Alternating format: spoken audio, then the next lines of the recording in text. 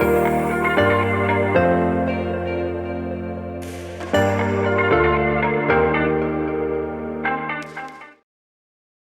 ahead. Hello, I'm Mark Grayless, and welcome to Truth Tuesday.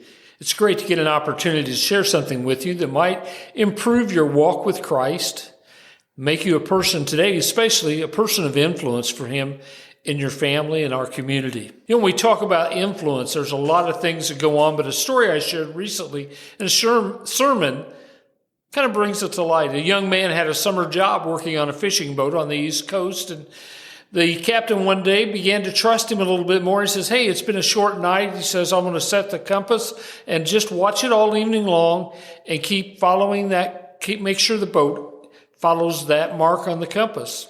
And throughout the evening, that young man did that. And as it began to come daylight, he began to get a little panicky because as he looked up, he began to see fog and he began to see land.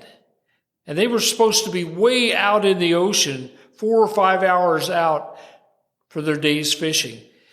He went down and got the captain and says, there's something wrong, and brought him up. And he says, we got to stop everything right now. Where are we? The young man pointed to the compass and says, the compass is still pointing the way you told me to go. Little did the young man know that this is back in the days before GPSs and aluminum cans, that by setting a pop can right next to the compass, it would influence it in a negative way. And they were really off course. We live in a world where there are all kinds of influences, positive and negative, and we as Christians really need to be aware that our goal is to be a positive influence. Just like Jesus said, he says, you're the salt of the earth. But if the salt loses its saltiness, how can it be made salty again? And he also goes on there in Matthew's gospel to share with us a story that we're the light of the world. And when he shares those passages with us from the Beatitudes, he's sharing the importance of you and I being people of influence.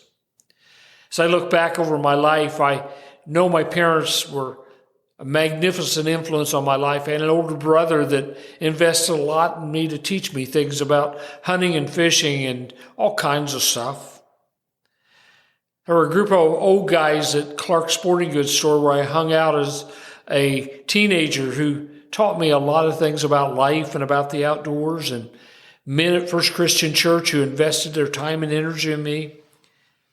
Neighbors who taught me things about working on cars and fixing things. As a child and even as an adult, there were people who walked into my life that were a great influence.